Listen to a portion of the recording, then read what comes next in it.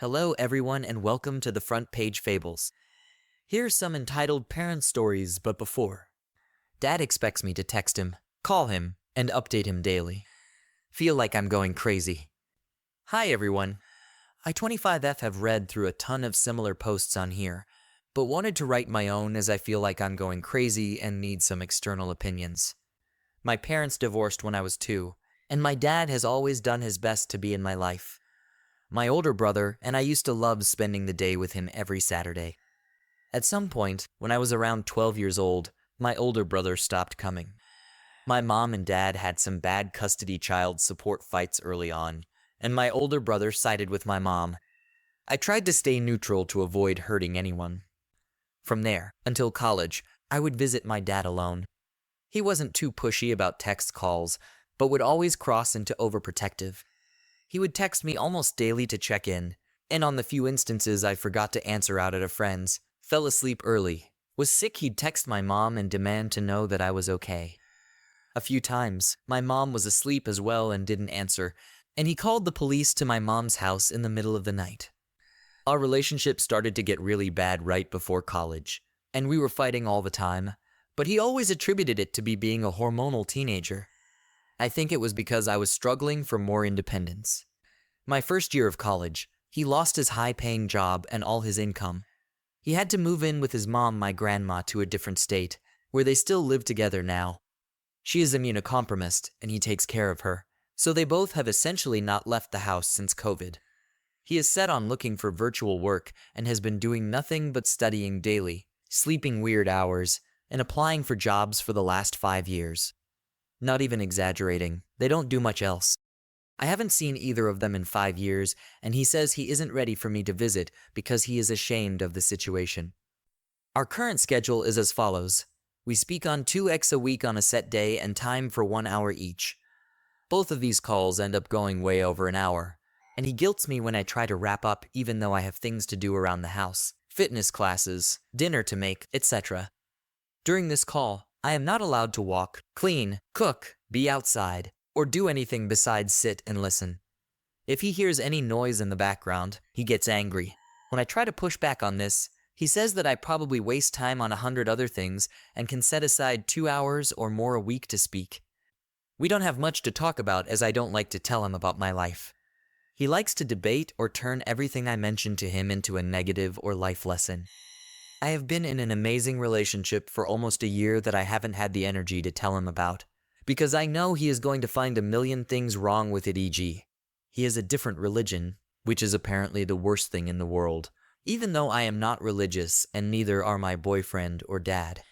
We talk about my job occasionally, but I'm not interested in climbing the corporate ladder or learning the games he wants me to play. He doesn't have anything happening in his life either, as all he does is study for open roles he finds. He usually spends our phone call talking about the mistakes he's made in life and about how I should avoid them, current events in politics, and things going on in the career world. I'm not really interested in the things he talks about and don't want to follow in his footsteps, so I mostly just stare at the wall, listen for 5 hours, and try to sound interested. In addition to these calls, he also wants me to text him within 15 minutes of arriving to work 2 days a week, different from the above days, and text him when I am home from work, before 6 p.m. If I am running late, I have to call him and let him know. For reference, my commute is a safe and easy 20-minute ride. I also have to answer his daily nighttime check and text asking me how things are going, if I have any questions, if I am home, etc. Within 30 minutes. I am not on my phone often and missed responding on time to a few of them, which led to some really bad fights. We eventually settled on me texting him myself every night, once I was home and not planning to leave.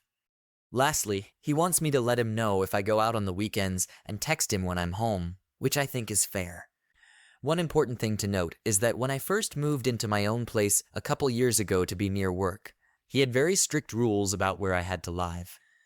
Dorman building with cameras, safe part of the city, etc. All reasonable, but expensive. I was doing well for myself, but couldn't afford those amenity buildings on my own. Think Nick, where you can find affordable apartments in okay areas on a decent entry-level salary, but not the amenity buildings in very nice areas. My dad agreed to cover the rest, and did so for about a year and a half. A few months ago, right after I resigned for another year, he told me ran out of money. I've been putting all the extra on my credit card, which he promises to pay back once he gets a job. I don't know when that will be, and of course will not be resigning unless things turn around, but I'm kind of stuck in this situation. I wish I could say that this is the only reason I want to keep the relationship with him. Money is not worth a bad mental state. I can't say that it doesn't make me anxious, but I could end our relationship and walk away with a few thousand in debt. The truth is that I feel bad for him, and he makes me feel guilty if I don't put him first. My parents are European, and he says it's a very American mentality to not put your family first. That I should want to call him often and should feel bad if I know he is worrying about me. That if I can text him to let him know that I am okay, that I should. I've tried to ask that we cut back on communication and how much he relies on my responses, but he calls me selfish. For reference, I have an excellent relationship with my mom and her side of the family. I call her to chat almost daily, and we talk about all the things in her life and in mine. She knows and has met my boyfriend, and she has my location, so she always knows when I'm safe. She doesn't force anything on me and doesn't turn everything negative or into a lesson, so I love telling her about my life and keeping her updated. When I try to explain this to my dad, he basically insinuates that if my mom isn't checking in on me regularly, she doesn't care. Even as I'm typing this, I can see that it's not healthy, or is it? I feel like I can't get an objective grasp on this. He says he is much better than most dads. Is this true? Is this a cultural thing? I just don't know what to do. I don't want to cut him off or end the relationship, because he doesn't have anything else, no other close friends or family besides his mom. I love him a lot. The financial tie doesn't help.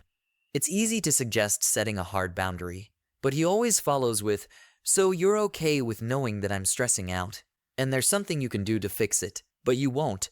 Do I just say yes? I feel like I can't do this forever. I hate being attached to my phone and constantly anxious. I am reaching my breaking point. I really don't know what to do. Does anyone have a couple words of advice or confirmation, either in support of my side or of my dad's side? Thank you in advance and sorry for the length. Entitled Mother gives me a panic attack for asking her kid to stop running. Posting here because I told a coworker I would. I work at a second-hand shop. We get a lot of people who come in with kids. Obviously, kids are going to be in public, but more often than not, the kids are rowdy and use our store as a playground. This story is of one such kid and his mother, which happened a few hours ago. M entitled Mother, NL nice lady, me obviously me. A boy about 10-ish was running up and down the aisle between our shoes and women's jackets. It's a kinda small aisle, and usually the most busy, so I called out, "Hey, no running please." 5 seconds later, he does it again. Thinking maybe he didn't hear me, I said a little louder, "Buddy, no running please." Enter our M. She comes out of seemingly nowhere. We have toppers that sit on top of the racks of clothes, most of which have pillows that make a clear view impossible, which was the case here. M while walking into view and yelling at me, "I've got it. Don't you see me talking to him?" I felt my face turn red embarrassment, and I muttered to no one in particular, I didn't see her. M was going on to the man shopping with her about trying to parent someone else's kid. As she reached the register, NL walked up next to me, looking at the clothes I was fixing. "You did nothing wrong. He was throwing stuff around back there." I started to tear up at her, reinforcing that I was just doing my job. I grew up in an abusive house where I wasn't really told that I didn't deserve to be yelled at, so it's always refreshing when someone reminds me. M, if you have something to say it to me. And L, I was asking them about the color of the day. At this point I began crying, the beginning stages of a panic attack seizing me as the two began to go back and forth. There were 2 ladies on the other side of the rack that I was working on who didn't speak English, but tried to help by reaching out for my hand and reminding me to breathe. I heard a little bit of their exchange, but was a little focused on trying to convince my body that air actually was entering my lungs. And I walked toward the same register as M, and the little bit I caught roughly goes, "NL, they're upset." "M, I'm recording you. I'm recording you." From what my coworker said later, NL told him to call for one of our managers right about here. NL returned to where I was and rubbing my back also tried to remind me to breathe. I was hyperventilating at this point, the worst panic attack I've had thus far. You know the old box TVS? The static that would appear on the glass after turning it off, or just look on YouTube for TV static. That's what my hands felt like. I couldn't feel my legs and was sure that if I moved I'd have fallen. They let me watch the cameras to explain everything to the managers later, and you can see how red my face was and how panicked my breathing was. My coworker finished ringing up the M and her family, and they left quickly. He appeared a few feet away from me, trying to see what he could do to help. Our manager did the same, having not been clued in yet. And now to my manager, that lady needs to be banned. I'm not sure what exactly she said after that, cause this was when I discovered that I was so deep in the panic attack that I couldn't even speak. I somehow managed to get out the words, "I'm having a panic attack." My coworker ended up helping me walk to the back and to the break room. He sat me in one of the chairs and stayed with me until I could talk. He even went to get my water from my own register. My hands were shaking like a leaf and my teeth started chattering as I tried to slow my breathing and compare stories with him. He went back out on the floor, and I took a few minutes.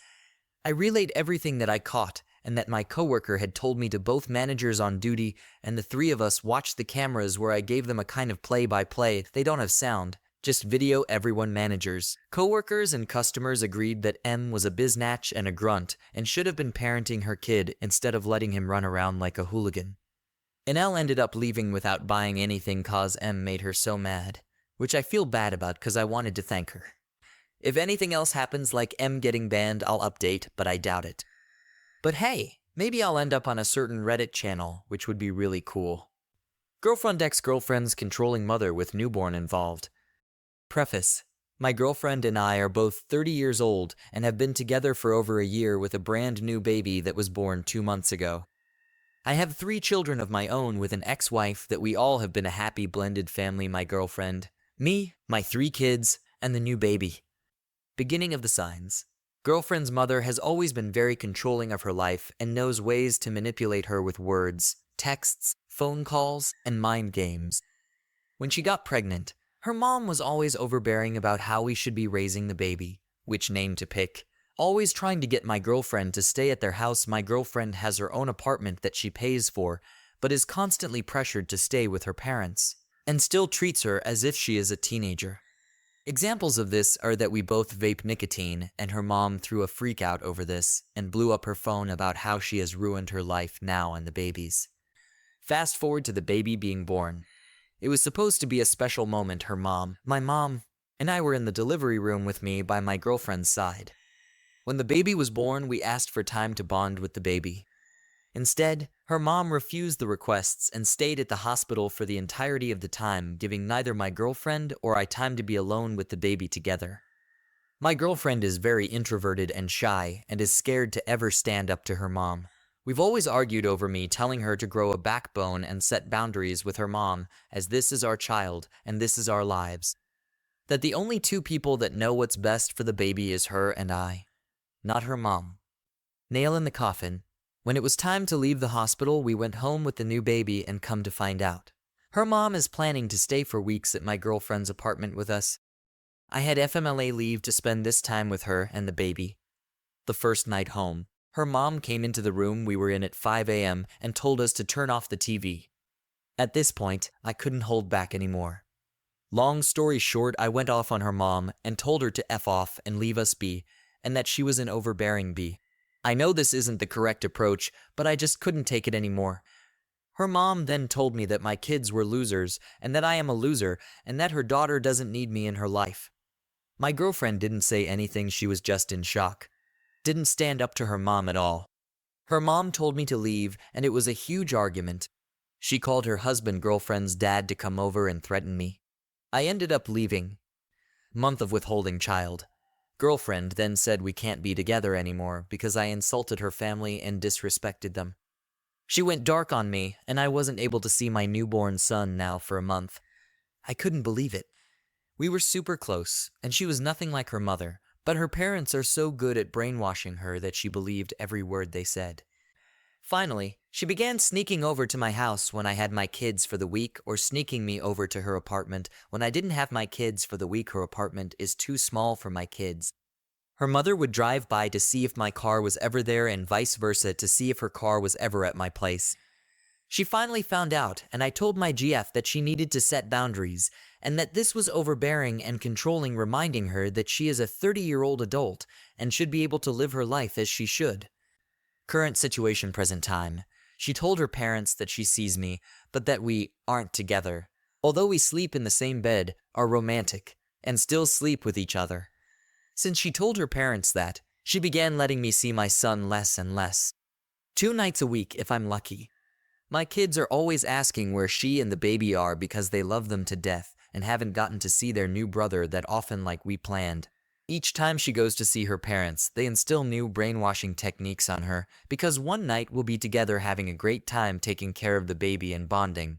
Then after she sees her parents, she seems to have a firewall put up where she says, "We can't stay the night with each other, we should leave at 11 p.m. now." She admitted this is all things that her mother is making her do, and that basically she must abide by what they say. They have nothing being held over her other than watching the baby while we both work. I have told her a million different ways how this is super controlling of her mother, and that if she loves me then she should stop letting her mom control her like this. This always turns into a fight because she doesn't know how to confront her mom. I have tried telling her that she holds more power than she thinks she does. For example, she could bluff and tell her parents to stop controlling her and how she lives by saying they will no longer be allowed to see the baby anymore. She always seems to enjoy being with me, cuddling, talking about how she loves me and how I destroyed everything because now her family doesn't like me and that we have to say that we aren't together anymore, that I almost feel she believes this and that we are just co-parenting. I am at a loss of what to do. I can't make her see reason that she is being controlled and manipulated with these evil sick texts and calls from her mom. It feels like she is brainwashed and doesn't want to cut ties with her mom or her family or set boundaries and is going with whatever they say.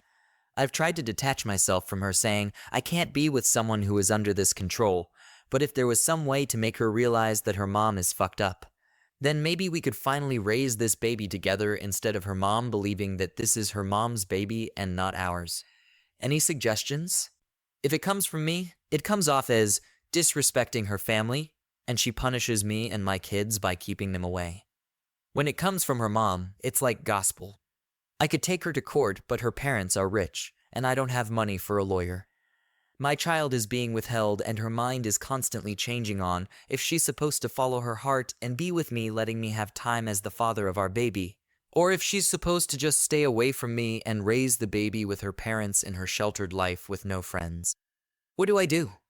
TLDR. Girlfriend's mother is entitled and controlling over my 30-year-old girlfriend and our newborn baby. But my girlfriend cannot see reason or how this is destroying our relationship or how this is controlling behavior, and I am in a constant state of not knowing when I'll see my newborn son. Entitled dad won't even let his kids go on a field trip without causing a scene. I feel like this subreddit was made for me. I'm going to have a lot of fun here. My father was a single parent, but an extreme narcissist and abuser. He's actually been incarcerated in prison for 8 years and counting for the abuse he inflicted on my brother and me. I'm sure I'll write more posts in the future explaining the details of that, but I won't get heavy on my first post. I'd like to talk about some of the lighter stuff he did when I was younger that resulted in years of embarrassment, and eventually led to me lying so I could experience some normalcy in my childhood. So, I come from a broken and confusing family. My mother and my father divorced when I was a few months old, and my brother was 2. My mother was an extreme drug addict, and my father a serial narcissist. Quite the volatile pair, so I personally think that things may have been worse had they not divorced. In a surprising turn of events, the courts actually granted my grandparents custody of my brother and me. I'm not sure exactly what the details leading to that decision were, but something tells me that it had to do with my mother being blitzed out every day and my father leaving my brother and I locked in the car during the court hearing. Our grandparents cared for us for 8 years, but ultimately gave my brother and I back to our father, because he was threatening them constantly with violence, and they couldn't take it anymore. Doesn't make sense to me. I don't know why or if they had authorities involved, but it is what it is, and all is said and done. Unfortunately, I can't ask them about it, as they've all passed away. After our father got us back, it was almost like it was his mission to make our lives miserable. The worst part about it is that doing this brought him pleasure. The more sadistic and cruel he was, the happier he'd be. He only interacted with us when he had to, and when he did, it was either for his own gain or to belittle and abuse us. He was a very sick man, and I'm grateful I was able to escape him when I was 16. I have a restraining order against him. Word has it that when he was served the order he was surprised, even though the reason he is in jail is because of the abuse he inflicted on me. He was actually put up for a parole evaluation in February, and he was denied. During his speech, he said, "I've hurt some people, but never specified or even mentioned my brother and me. He's disillusioned, disconnected, egotistical, and unremorseful." Anyway, enough with the vague backstory. Let's talk about the title. My father hated contributing to my school, or anything that involved me doing something he had to pay for or couldn't supervise. This included field trips. I wish I could say there was only one time this happened, but this was recurring every time that I brought home a permission slip. I would put it on the counter hours before he got home, so that I was as far away from him as possible when he read it. It didn't matter if it was for the zoo, a movie, amusement park, anything. His first and only reaction was anger. Pure anger. I think it stemmed from his contempt of giving my school any money. I went to public school, so it wasn't like he was paying any tuition or boarding fees. It's also not like we didn't have any money. My dad was always buying expensive car parts, items for his growing room, and other expensive items that were only for him. Yet if I needed $15 for a field trip, $20 for lunch money for a month, based off his reactions, you'd think I would ask him to buy me a concert ticket every week. This is part of another story, but he would actually only give us $20 for school lunch, and expect it to last 3 months. If we asked for more any sooner, he would scream at us and accuse us of using the money for something else. $20 for 3 months. When he would read these permission slips, he would start off on a tirade about how incompetent my teachers were and how pathetic they were for asking him for money, even though it was all directly going towards buying me tickets for an event or other expenses. It seemed like he thought the teachers were lining their pockets with his money, and I was the one he would take it out on. Each time I gave him a slip, he would yell for about 15 minutes, and he would make sure I heard it. This led to me feeling a lot of anger and shame about just wanting to have fun with my classmates, because he would make me feel like I was the problem, like I was too expensive and an inconvenience. It was a stark contrast to how my grandma would make me feel. She would actually volunteer for field trips and the school store, just so she could be close to me while I was at school. To have that sudden contempt thrown at me by someone who's supposed to care for me after years of being validated by someone I loved and who loved me back. It was one of the many reasons I began to suffer from depression at 11 years old. Anyway, I digress. My father's next step was always the same. He would take a pen and write horrible things to my teachers on top of the permission slip. He would write about how incompetent and greedy they were, how they were low-lifes and idiots, how they just wanted his money even though my education was free. He would write on these permission slips, top to bottom, slews of hate and insults. He'd still sign it, though, and provide the money so I could go. He would make me turn this in, though. He would make me hand the teachers these papers full of filth and hate. Obviously, they knew it wasn't me who wrote it, but the shame and embarrassment that came from giving them those papers. It might have been easier on my conscience if I just never went on the field trips. These things weren't reported, either. I will never understand why. My father also always followed up to make sure I gave the teachers these slips and would ask me what their reactions were. I would always say, I gave it to them, but they didn't say anything, which was true. When I was in 8th grade, I was really becoming conscious about the shame and embarrassment that my father's rants and ego caused me. I remember that there was another field trip, and I wanted to go. But there was no way I was going to give my father this slip to deface. So, I found a check with his signature on it, and I forged his signature. It wasn't great, it was sloppy and gritty, and you could tell it was forged. I thought I'd try my luck anyway, and I paid for the trip out of my own pocket. I got caught immediately, and my teacher held a conference with me and the principal, but not my father. In the moment, I believed that I just didn't do a good enough job, which may have been true. Now that I'm older, I realize that they knew I forged it because the paper wasn't covered in insults. They gave me another slip and gave me one more chance to have it signed, properly. I don't recall how the rest of that story went, or if I even went on the trip. I just remember the fear boiling in my belly, knowing I had to talk to my father about forging his signature. Long story short, my father is a piece of shit. You should never jeopardize your child's mental well-being or integrity because you don't want to pay for a field trip. Just don't sign the damn thing and figure something else out. My dad viewed me as a pawn to get his awful and misguided points across, to try and establish dominance in a situation that had nothing to do with him. I have so many stories I want to share about him, and I hope that they resonate with some people and let them know, or let me know, that we're not alone.